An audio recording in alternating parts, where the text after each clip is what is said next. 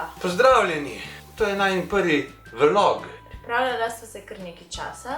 Praktično več mesecev trdega dela sva vložila v tale kader. Skoraj bi bil na drugi lokaciji. Pa ni uspelo, ker je znatno premrzlo. Tako, vložila smo par tisoč evrov v sceno, kot vidite. Dobila sva. Ne vrti se.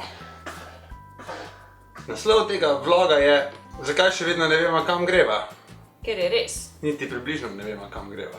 To ni res. Skoraj niti približno ne vemo, kam greva. Tako nekak. Kadarkoli me kdo vpraša, kam zdaj gresta? A imata že karte? Greva ziher, ampak karte še nimava.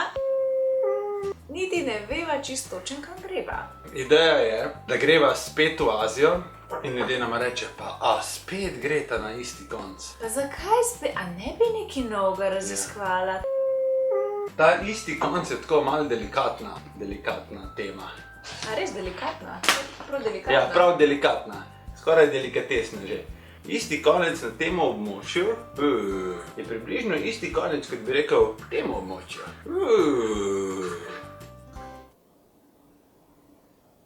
Bravo!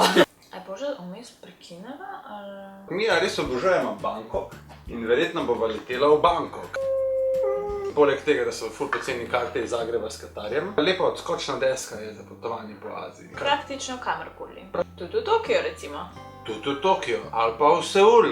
Ali pa v Seul. Ali pa Butan. Ali pa Butan. To je bila tudi ena izmed idej, ki je potem hitro... Sploh ni res, jaz sem na vezi z eno tam gospod iz Švice. Ko nama bo dala 10.000 evrov. Bogata švicarska teta. Plan je, da najdeva nekje bazo v Aziji, ali bo to Bangkok, ali bo to Bali, ali bo to oboje. In potem od tam delava izlete naprej. Poglejte najnega zelo cvetljivega mačka. Poglejte, kako on uživa. To ne bo treba. Ena ideja, ki se nama še najbolj dopada, je, da bi midva šla raziskovati neke ful skrite otočke. Tako nekako sva si zastavila, da bova ja živela res v enem večjem mestu, kjer bomo imela pač pogoje za delo, hkrati pa poceni letalske povezave na te otoke. A bi ti bilo to všeč, gospa Katja? Ja. Iskanje pravega rajskega otočka. Kjer pol kupva hišo in se preseliva dol. Bam, bitches.